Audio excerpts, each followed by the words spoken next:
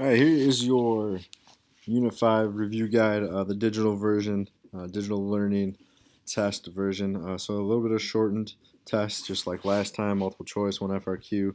Um, but I just highlighted some of the more important things off the study guide. So again, the PRI dominated the system in Mexico until 2000. Then 2000, the president didn't have a selection for the next president, let the system just run itself. Um, they actually had a free and fair election because they had some shady elections in 1988. The electoral or the election system was then changed, and they had a oversight. So again, before the year 2000, the president usually was decided by the PR choosing someone to succeed him. But after in 2000 election, the PRI president did not do that, so they had a free and fair election. Looking at some other key concepts here, their patron client systems, Camarillas, uh, which the PRI really used to dominate the government structure. Another key system here were the chief criticisms of corporatism. So corporatism often limits representation. So state corporatism controls industry, controls different organizations, and it limits representation because it only allows certain people to operate. Some of the largest ethnic groups in Mexico, Mestizo and the American Indian. So that's the indigenous population that lives in Mexico.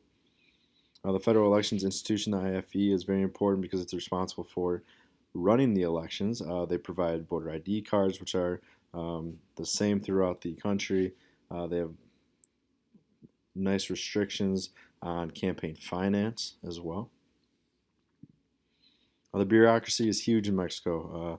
It's a huge source of employment. It goes all the way out to like teachers and things like that. And in Mexico City, a lot of the bureaucracies partake, and that's where a lot of the people live. So the party system of Mexico and Russia, they're very somewhat similar. What do they have in common? Mexico has three large parties. Now they do have Morena, which is a third part or fourth party that just won the presidency. But PAN, PRD, and PRI are the most stable. Whereas there's a few stable parties: United Russia, the Communist Party, the Liberal Democrats in Russia. But again, it's more who is on Putin's side. So again, there's more competition now in Mexico and less in Russia because Russia is dictated by Putin. But they were similar, where when the PRI dominated because the PRI controlled the system for Mexico. 1917 Constitution allowed for three branches: a bicameral legislative branch. The president can only have a sexenio, so it's only a 6-year term. That's it. They have judicial review. The judicial system has improved in the last 10 years or so to allow the prosecutors and defense to actually go in front of the court and say things rather than written statements, which caused some corruption. 2000 was a turning point because PRI was domination was ended, like I spoke about earlier. Just talked about the 6-year term. There's no re-election for a president. Looking at the Chinese and Mexican judicial systems, then Mexico Constitution allows for judicial review, but is rarely used. It's getting better here in the last 5 to 10 years. The Chinese system, which is much more controlled by the party, does not allow. Again, a lot of the judges are appointed by the party. They're going to follow what the party wants and also kind of follow what the people in their area want. All right, on your study guide, I put number 34. This is kind of the big one here. How can social cleavages strengthen or weaken regime legitimacy? Again, legitimacy, like what do the people feel? How do they feel about their government? Do they feel it's real? Okay, and also outside as well. So social cleavages can strengthen that by um, the justifying a need for strong government response. The government can respond to different things. They maintain order between these different cleavages. There's a rule of law. They prevent conflict. So the government can use those social cleavages and make sure they're under control.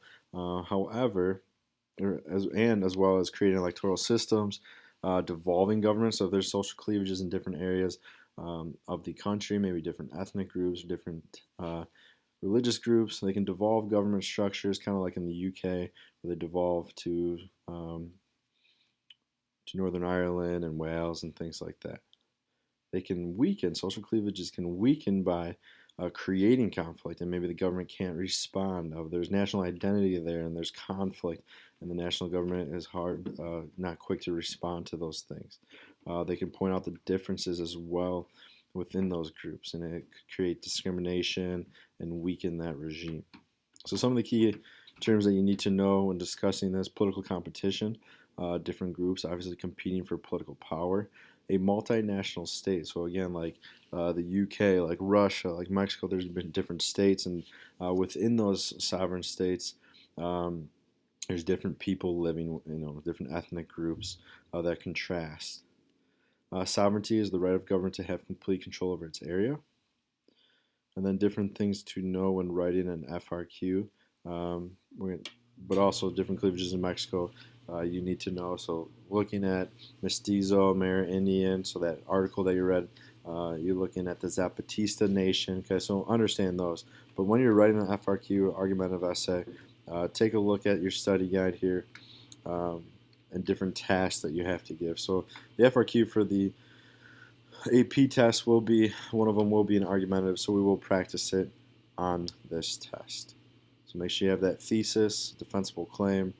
The response supports the claim with one or two pieces of specific and relevant evidence. The response uses reasoning, so you're explaining that evidence, and then the response responds to an opposing or alternative perspective. So that's the quick version, that's the digital version of this test, Unit 5, Mexico.